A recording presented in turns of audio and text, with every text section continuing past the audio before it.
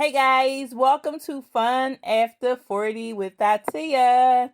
Since my last recording, I published my fifth book titled Behind the Smile of a Life Warrior.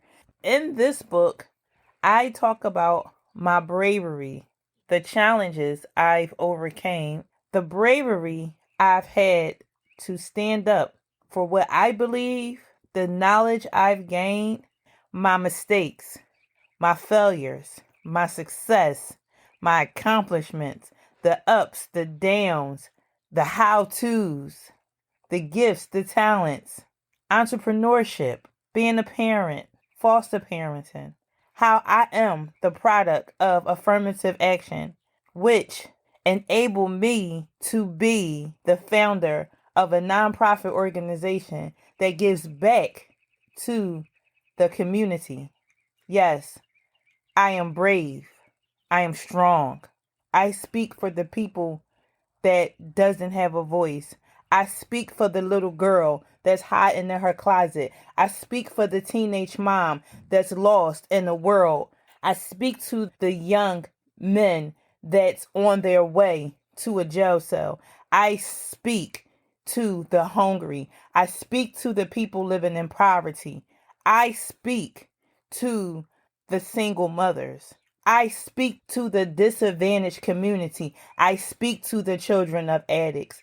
I speak to people who experience struggles. I speak to people who haven't experienced struggles. You know why? Because I give insight to people who haven't experienced struggles but is willing to understand and empathize with other struggles. Yes, I speak for the secret society of human beings who some are not here to speak because their pain was so great that they took their own lives. Yes, I speak for many people.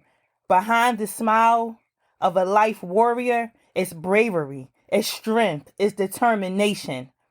It's a book you must read. You can find my book on Barnes & Noble and Amazon.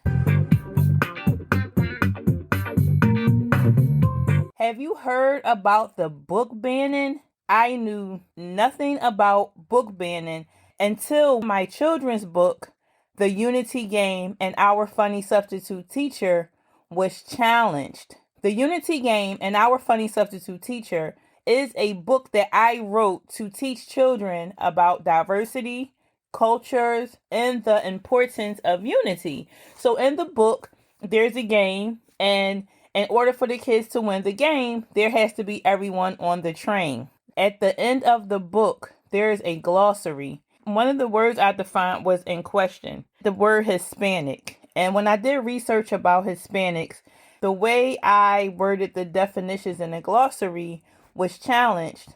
But after a meeting, things were cleared up and my book was put back on the shelf. I'm sharing this for other authors and writers and just people in general to be mindful of what you write.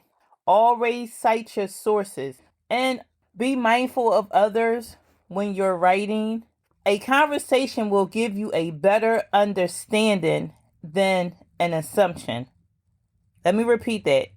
A conversation will give you a better understanding than an assumption. If you don't understand something, have a conversation and then you will get a better understanding, especially when it comes to writers and authors. Have a conversation so people can understand your intentions behind your writing. I've learned that there's a lot of book banning in the United States right now, and it has been going on for years.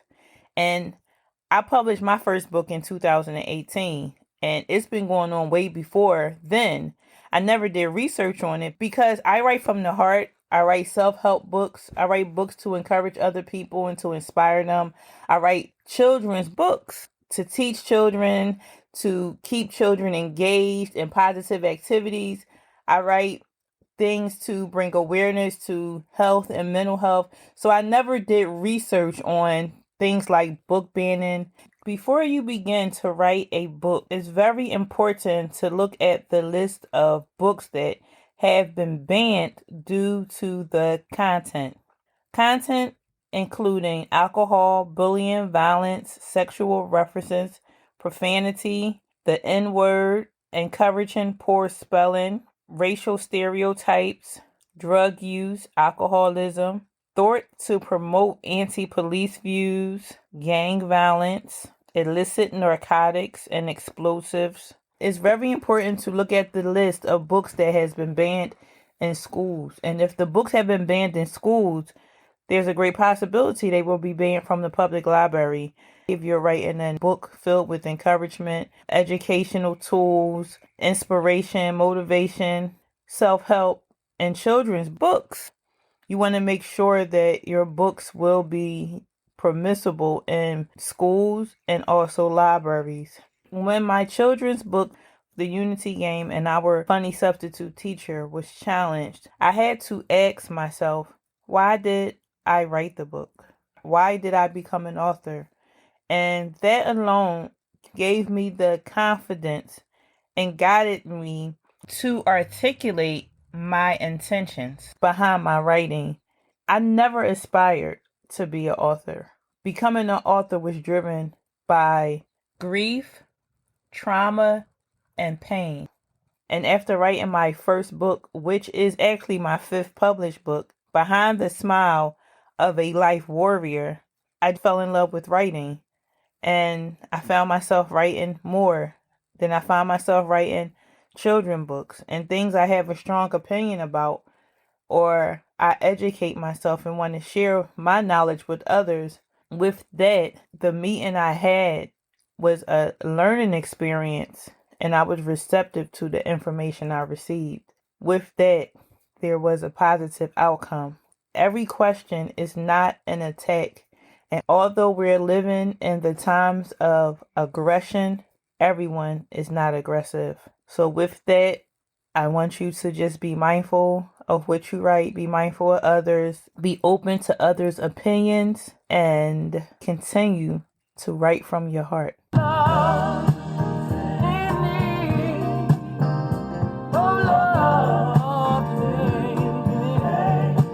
Thank you for listening to Fun After 40.